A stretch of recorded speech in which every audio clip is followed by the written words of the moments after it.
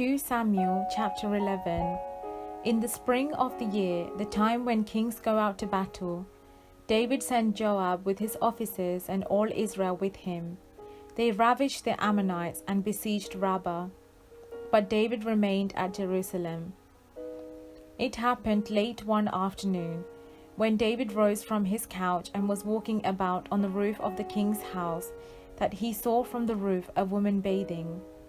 This woman was very beautiful. David sent someone to inquire about the woman.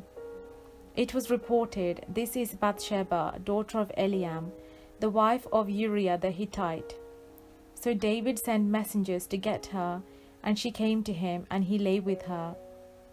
Then she returned to her house. The woman conceived, and she sent and told David, "I am pregnant." So David sent word to Joab, "Send me Uriah the Hittite." And Joab sent Uriah to David. When Uriah came to him, David asked how Joab and the people fared, and how the war was going.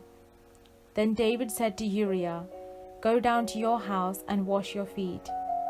Uriah went out of the king's house, and there followed him a present from the king. But Uriah slept at the entrance of the king's house with all the servants of his lord, and did not go down to his house. When they told David, Uriah did not go down to his house. David said to Uriah, "You have just come from a journey. Why did you not go down to your house?" Uriah said to David, "The ark and Israel and Judah remain in booths, and my lord Joab and the servants of my lord are camping in the open field. Shall I then go to my house to eat and to drink and to lie with my wife? As you live, and as your soul lives, I would not do such a thing." Then David said to Uriah, "Remain here today also, and tomorrow I will send you back." So Uriah remained in Jerusalem that day. On the next day, David invited him to eat and drink in his presence, and made him drunk. In the evening he went out to lie on his couch with the servant of his lord, but he did not go down to his house. In the morning David wrote a letter to Joab, and sent it by the hand of Uriah. In the letter he wrote, "Set Uriah in the forefront of the hardest fighting, and then draw back from him, so that he may be struck down and die." As Joab was besieging the city, he assigned Uriah to the place where he knew there were valiant warriors.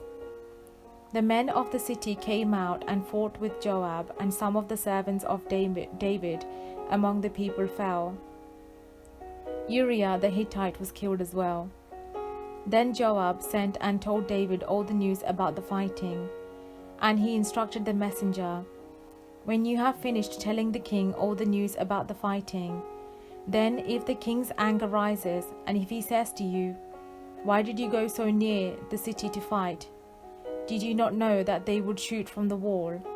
Who killed Abimelech, son of Jerubbaal? Did not a woman throw an upper millstone on him from the wall, so that he died at Thebes? Why did you go near the wall?' Then you shall say, 'Your servant Uriah the Hittite is dead too.'" So the messenger went and came to David, and told all that Joab had sent him to tell. The messenger said to David, "The men gained an advantage over us, and came out against us in the field, but we drove them back to the entrance of the gate. Then the archers shot at your servant from the wall. Some of the king's servants are dead, and your servant Uriah the Hittite is dead also." David said to the messenger, "Thus you shall say to Joab, 'Do not let this matter trouble you, for the sword devours now one and now another.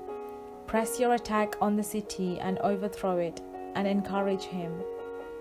When the wife of Uriah heard that her husband was dead, she made lamentation for him. When the mourning was over, David sent and brought her to his house, and she became his wife, and bore him a son. But the thing that David had done displeased the Lord. This is the word of the Lord.